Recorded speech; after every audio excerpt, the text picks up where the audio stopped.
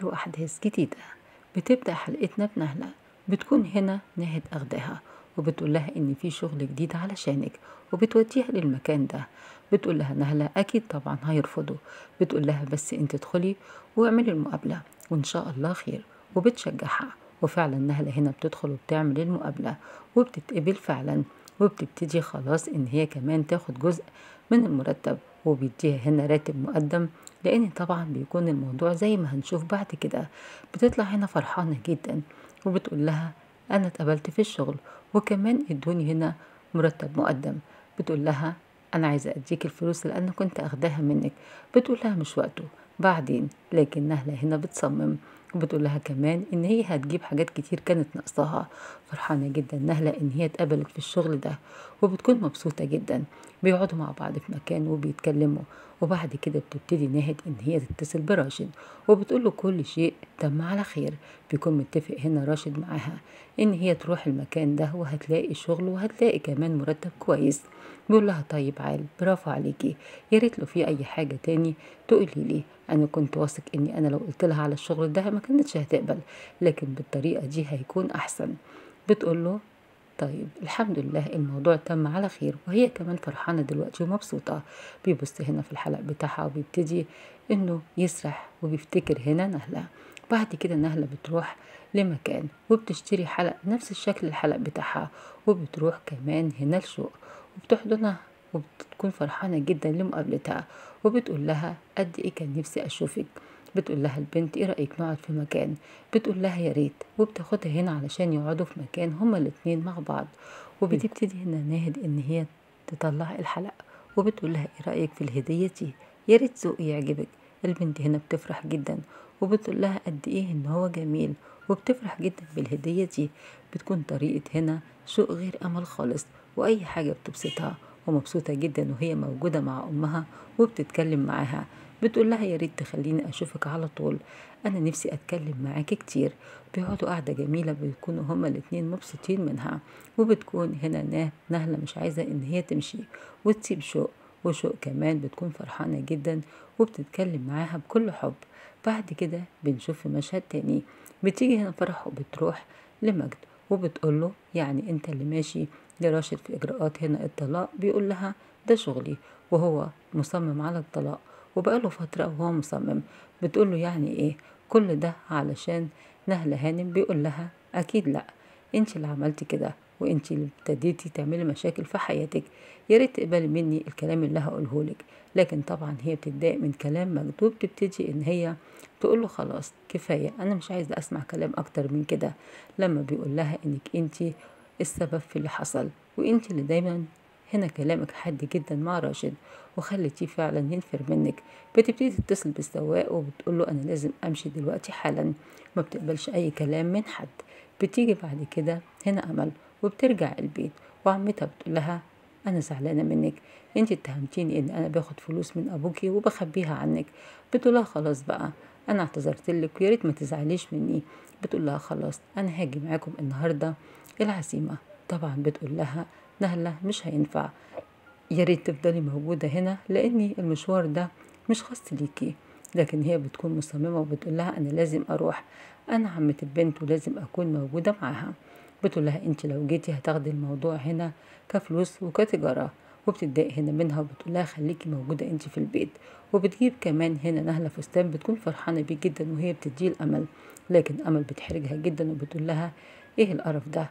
طبعا ده مش هروح بيه، أنا عايزة حاجة تانية كنت هنا شفتها وعجبتني. وفعلا بتاخد فلوس وبتروح علشان تجيبها. وبتتضايق منها جدا هنا نهلة لكن ما بتتكلمش، وبتديها المبلغ وبتروح هنا أمل علشان تشتري الفستان اللي عجبها. بعد كده بنشوف فرح بتتكلم هنا مع رابح وبتقوله أنا قلقانة جدا من موضوع العزومة. بيقول لها ما تخافيش، أنا عارف أنا هعمل إيه كويس، وبيطمنها. أما جواهر هنا بتحضر نفسها علشان تروح العزومة، وبتروح هنا الكوافير وبتوضب نفسها وبتكون عايزة تعمل كل حاجة في وقت واحد وفاكرة نفسها إن هي هتروح معاهم. أمل هنا بتجيب الفستان وفرحانة بيه جدا وبتقول هنا لأمها إيه رأيك؟ إيه رأيك بقى في ذوقي؟ طبعا البنت فرحانة جدا، لكن نهلة متضايقة جدا من أسلوبها ومن طريقتها، لكن بتقول لها جميل وبترضيها. بعد كده بنشوف هنا بيكون راشد بيبص على الحلق وبعد كده بيحطه في المحفظة بتاعته. بيشوف هنا أبوه وبيعرف إن الحلق ده أكيد وراه سر. هنشوف بعد كده هيعمل إيه أبو راشد في الحلق. بعد كده بنشوف هنا البنت بتكون جاهزة وبتقول لها يلا بينا، أنا خلصت كل اللبس. وبتيجي كمان هنا جواهر وبتقول لهم استنوا، أنا هغير هدومي بسرعة علشان أجي معاكم. لكن نهلة بتقول لها أنا قلتلك مش هينفع إن انت تيجي، انت هتيجي وهتتكلمي وهتبيعي البنت بفلوس، لكن أنا كلامي هيكون حاجة تانية خالص. وبترفض هنا نهلة إن هي تاخدها معاها، لكن هي بتتحايل عليها هي وأمل وبتقول أنا لازم أجي معاكم. بتقول لها أنا قلتلك خليكي انت هنا، وبيسيبوها وبيبتدوا إن هما يمشوا. بتيجي هنا جري وبتنادي عليهم من الشباك وبتقول لهم ما تسيبونيش، أنا عايزة أروح معاكم، لكن هما فعلا بيسيبوها. وبتيجي هنا أمل وبتقول لأمها إن هي عايزة عربية مخصوص توديها، بلاش هنا بهدلة المواصلات. وطبعا بتضغط على نهلة في كل حاجة وعايزة كل حاجة بالساهل. طبعا نهلة بتقول لها حاضر، وفعلا هنا بياخدوا عربية مخصوص علشان يروحوا بيها. والبنت هنا بتكون مش حاسة بأمها خالص. وبيبتدوا يوصلوا كمان هنا للمكان، وبيكون المكان فخم جدا. البنت فرحانة جدا وبتكون عمالة تصور في كل مكان. أما فرح هنا بتتكلم مع رابح وبتقول له أنا قلقانة جدا إن هي تيجي هنا، وقلقانة جدا من مقابلتها معانا. بيقول لها ما تقلقيش. وفعلا هنا بيجي كمان بشاري وبتقول له أمه أنت رايح فين؟ خليك موجودة علشان تشوف أختك. بيقول لها لا أنا مش عايز أقابل حد، أنا أخت شوق وبس. وبيرفض إن هو يكون موجود وبيمشي. بيقول لها رابح أنت هتسيبيه كده يمشي؟ بتقول له خليه يمشي، أنا مش عايزة أضغط عليه أكتر من كده علشان لما يحصل حاجة الولد ما يكونش نافر مني ويكون في صفي. وفعلا هنا بيبتدي بشاري إنه يمشي، ما بيرضاش إنه يقابل أي حد. لكن فرح بتقول له خلاص اللي يريحك، روح انت لأصحابك وسيبنا احنا للمقابلة.